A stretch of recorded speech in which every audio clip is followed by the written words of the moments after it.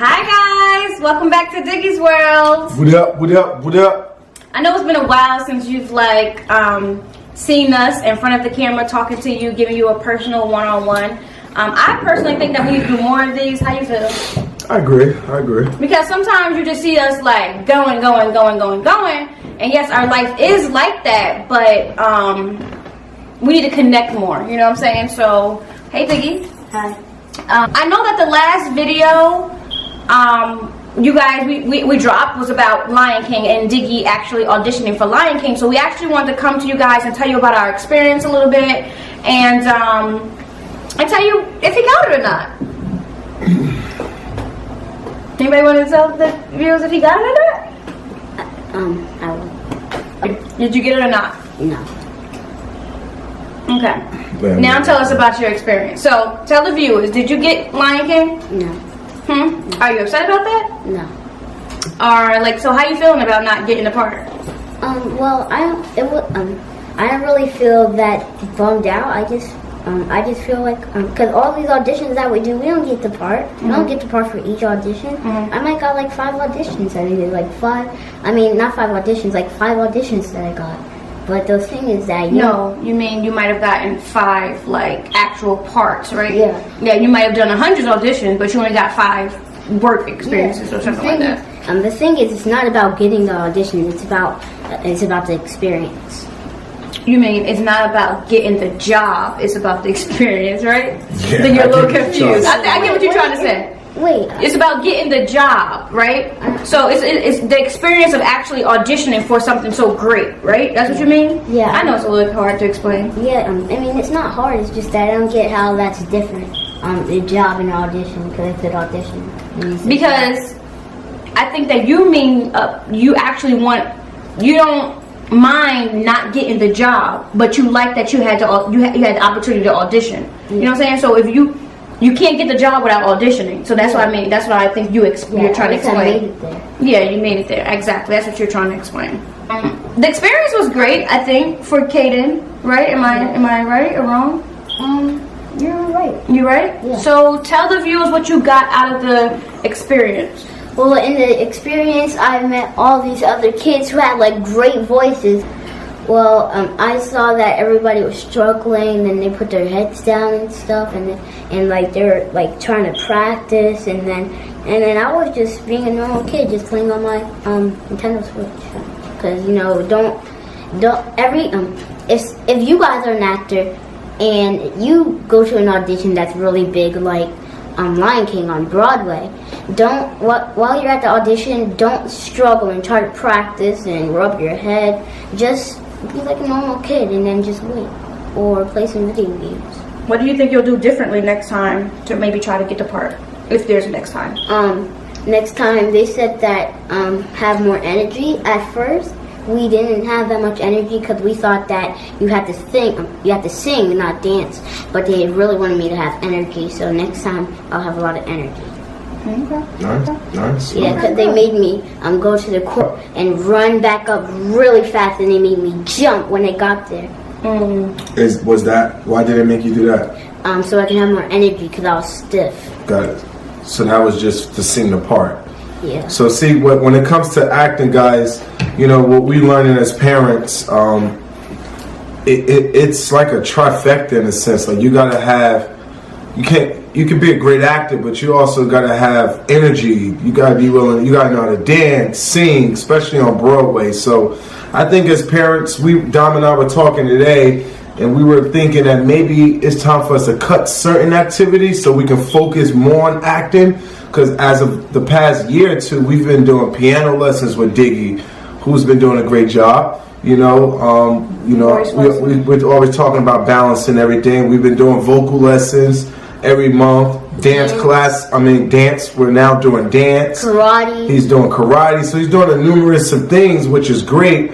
But our main goal is acting.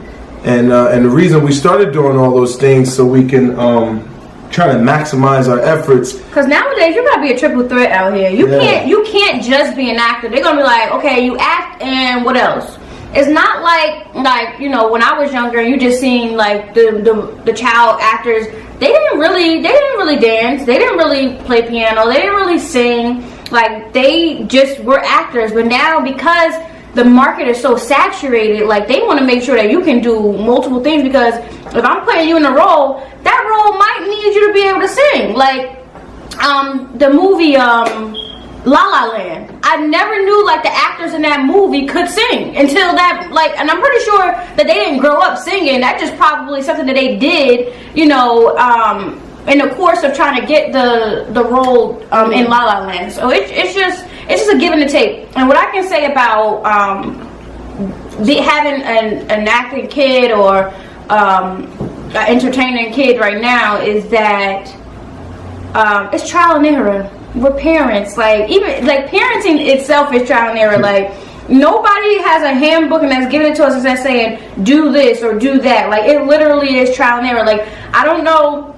sometimes I feel like, am I putting too much on this kid, or am I being too I'm not saying, when I say I mean I, because I is we. You know that, right?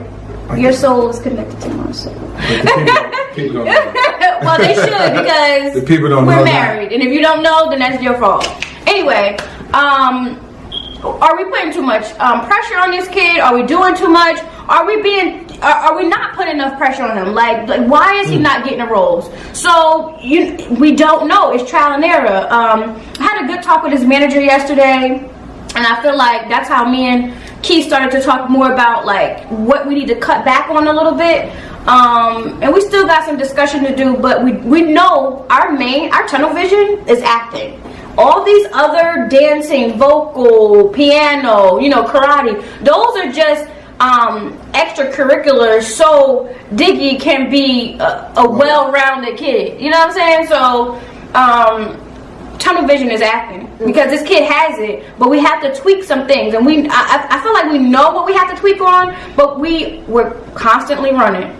So when we're constantly running, we don't have time to like give every single activity it's time that's needed in practice, right? Yeah. I'm gonna say something. Mm-hmm. Okay, so like there's a Disney movie called a Disney original called Zombies, and it's about like they didn't know how to sing at all. They were really bad at singing, and they went into the audition. They didn't know how to sing, and you had to sing in the role. The thing is, they were practicing, because before they went to the audition, they were practicing really, really hard, because they didn't know how to sing when they were a kid. Like, I know how to sing a little bit, but the thing is, when I go in these auditions, some people think that I don't know how to sing. Well, there's a difference now, because you have to start doing other things. So like we were saying, trial and error, you know, raising a young performer.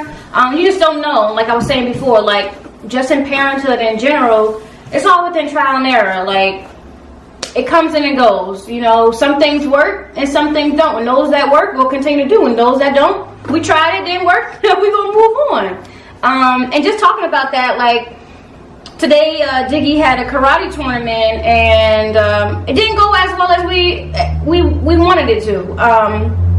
First of all, I knew, because I'm his mama, and I knew what he was good at in karate and what he feared in karate. And I think that today he let the best of his fears get to him. So today his tournament was on katas and sparring. Kata's not good at sparring, and he's not good at sparring not because he can't do it, but because he doesn't put forth the effort to do it. And today he let that get the best of him, and he basically peed on himself right before the sparring match. He had his gear on, and I felt like he was ready to go. Like, you went over there, you helped him put his gear on. I was from the sidelines. I was taking a call from my mom, but to one of the other kids too. So I felt like there was no nervousness going up there. Last week I felt a little nervousness because when we were talking about the tournament after karate school, he said, you know, he said I'm scared or I'm nervous for sparring. And I said, for what? And like, you do it all the time. I'm like, you just gotta go up there and face your fears. And I think that he was scared of the challenger. But and I told you that when we had that conversation in the car. But from that point forward, and us having a conversation about it, he never told me again that he was scared of the sparring. We went to karate. This was like 2 weeks ago. So we went to karate school, After that, and you know, they practiced, they did what they had to do, and he never showed me that fear. Up until today, he never showed us that fear until he had that headgear on, and I think that he was in line. It was him up to go. So you know, it's like anything. I was once a young boy too, so I can relate. You know, I was once that kid when it's your first time doing something. You know, I explained to him right before, like a few days ago. You know, I said, hey, listen, you got a karate tournament coming up, and the reason you're in karate to learn discipline, to know how to defend yourself, all these different mechanics that you can learn from karate. Long story short, we had a conversation. I was like, hey, this was actually yesterday. I was like, you're gonna get into, you know, a tournament, a one-on-one match, like you guys practice at karate, and you can't be afraid. You got to be willing to hold your ground, defend yourself. And I gave him an example of when I grew up. You know, I didn't grow up with the luxury, I won't say luxury, but I didn't grow up with both my mom and my father to tell me what's good or what's bad, you know, at every point in my life, especially at this point in his life. He's 8 turning 9. You know, these are the true important times for a young kid, young black kid, I should say, where they need that discipline. So karate was it. My discipline was the streets.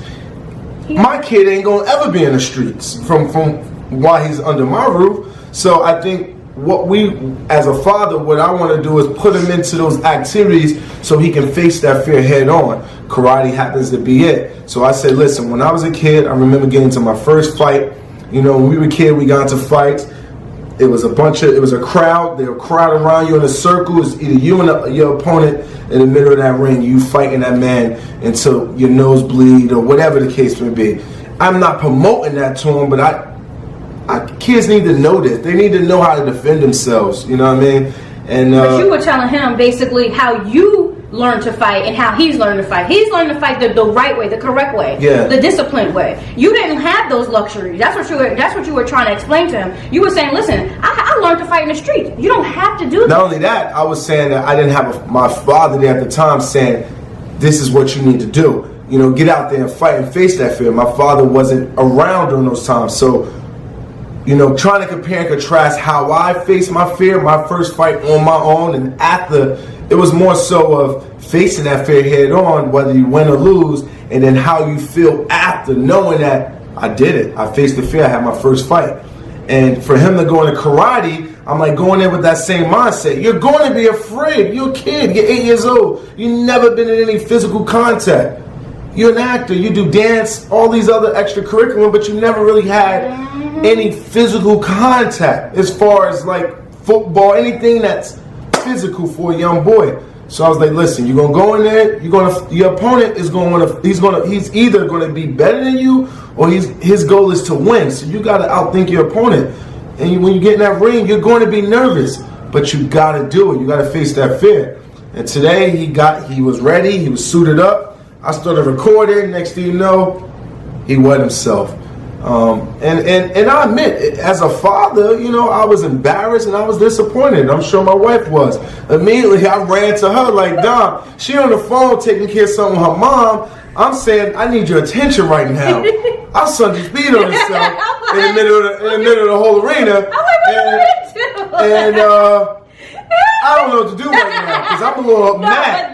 But that's the issue. See, you can explain these to the viewers, but you didn't say that to me. You like, I did, because in the moment, I'm not going to say it like that. In the moment, but that's how I knew. You don't have to say it to me, but I'm just explaining it to them. I'm like, that's how I knew that you were more embarrassed and like I don't know what to do because you looking at me like your face. That's how I was like, let me just go because you didn't know how to just be like, listen, he just peed on himself. I don't know what to do. Like, what up? Like you were just like, he just peed on himself. Go, and I'm like, okay, he peed on himself. Like at this point, it's done. That's what I mean. Like just moving forward, he did it already. Now what's next? So I think right there, I was able to catch myself. You know, his sensei took him into the boys' locker room, had like a little talk, and Don was like, "You need to be in there too." So I kind of, because I felt like, as parents, we're so much. Sometimes we can be like this with Kaden. Kaden, tie your shoes. Kaden, you need to do this. Kaden, you need to do that. And I'm like, sometimes I tell Dom, just let him be a boy. No. Stop giving him so much. I get it, but stop giving him so much direction. It's like, you know how to do that. Hold on, let me finish my point. Let him get it out. Like, just let him. Sometimes young boys learn by doing. In my opinion, as a man, I'm still learning by doing. You can give me all the direction all you want. That doesn't mean I'm going to receive it all. No, but I get it what you're saying. But that's what you lacked. I feel like you lack somebody giving you those directions. So I have to do that, and I don't want it to be like rigid, but he needs it because bro, he's not gonna always have us. So he gotta have it in his mind, like, and I tell him the same thing over and over. Kaden, I told you to make your bed. Kaden, I told you to do this. Kaden, I told you to do that. You know why? He gonna get tired. One day he gonna get tired of me telling him. One day, because I got tired of my mother telling me the same thing over and over. One day he gonna get tired of me, and then I'm gonna come in the room, and it's just gonna be done. I have to do that because yes, he's 8 years old, but I keep telling Kaden, you're getting older, you're not getting younger, and I get mad at him. I'm like, Kaden, I tell you the same thing every day. I should not be telling you the same thing, but guess what? Mommy gonna still tell you the same thing until you get it, and I don't care because that's the direction I'm giving my son. Okay, I get it. I get what you mean sometimes, and I get because he does so much, and know sometimes you just be like, let him be a boy, but that boy gonna turn into a man. And what happens when he turns into a man and he had that direction? Because he let his mama do everything for him. I'm not raising that. He's not a mama's boy, and I love that he's not a mama's boy. But he loves me. But I'm teaching him to be independent at this point in his life. I can't do anything less. I think we do a great job at that. I think what our difficult sometimes is trying to balance it all. Mm-hmm. You know, Absolutely. sometimes as parents, especially parents of a child actor in a sense, you know, and so many things that he's doing, I know I'd be questioning myself like, damn, is this too much? Or, you know, should we not do this? Or, you know, should we just let him just do nothing? You know, there's a lot of kids out there that don't have, you know, I think we're amazing parents. They don't have that guidance. So, you know, and we try to keep him on board with everything. So it was a little disappointment in a sense, but it happened. So I think the moral of the story is after it happened, now that we got into the locker room and his coach was talking to him, his coach was like, you know what, just get dressed. It's okay. It's your first tournament. I'm like, nah. I'm like, nah, Sensei. I think he needs to go out there and face that fear. And he's like, you're right. He's like, I mean, it's up to, he's like, Kaden, you sure you want to do this? We just talked. And Kaden was like, I'm like, no. Tell us, man, if you want to do it or not. You know what I mean? You got to face that fear. And that's what I'm trying to teach my son. Like, you know, and any viewers out there, any kids out there, don't be afraid to face your fears. You know, you're gonna take L's. You're gonna lose. You can't always win. It's what you learn from that loss. After that experience, you realize, you know what? I know how to tackle it next time. So that was it. We wanted to share that with you guys of our experience, especially with the Lion King. You know, you guys see us running, as Dominique has mentioned. But that was the purpose of this vlog. Again, it's a family vlog based around Diggys World, which is entertainment, a corporation in a sense, and that's what we're pushing. We want to show parents out there, children out there, that you're going to lose sometimes. You're going to go on many auditions. You're not going to always get them. You know, it's challenging, but as long as we know that it's challenging, and we double back a little bit and kind of try to plan it better, I think we'll be all right. I also want to say, I know you guys saw us drinking our green drinks in the beginning of the vlog. We're on a 7-day detox, so we're not eating any solid food around here. Only Kaden is, and that's like hard. But yeah, just in case, because I know people are like, what are you drinking? What are you drinking? What's in that cup? So it's a 7-day detox. That's like a grain juice. There's a bunch of stuff in it. Well, the reason why we're doing a detox because we're doing a detox because we're trying to live a healthy lifestyle. We want to, you know, we consume a lot of, I won't say a lot of alcohol in a sense, but you know, a lot of things that's acidic for us. You know, we've been consuming. So every now and then you want to cleanse your system. So that's why we're drinking our green juices. You know, to try to get our nutrients back in our bodies and all that. This one's making it hard for me. You see what we got here? We got this Buy antioxidant drinks. You know, we're drinking these a lot during our detox. Yes, so these are amazing.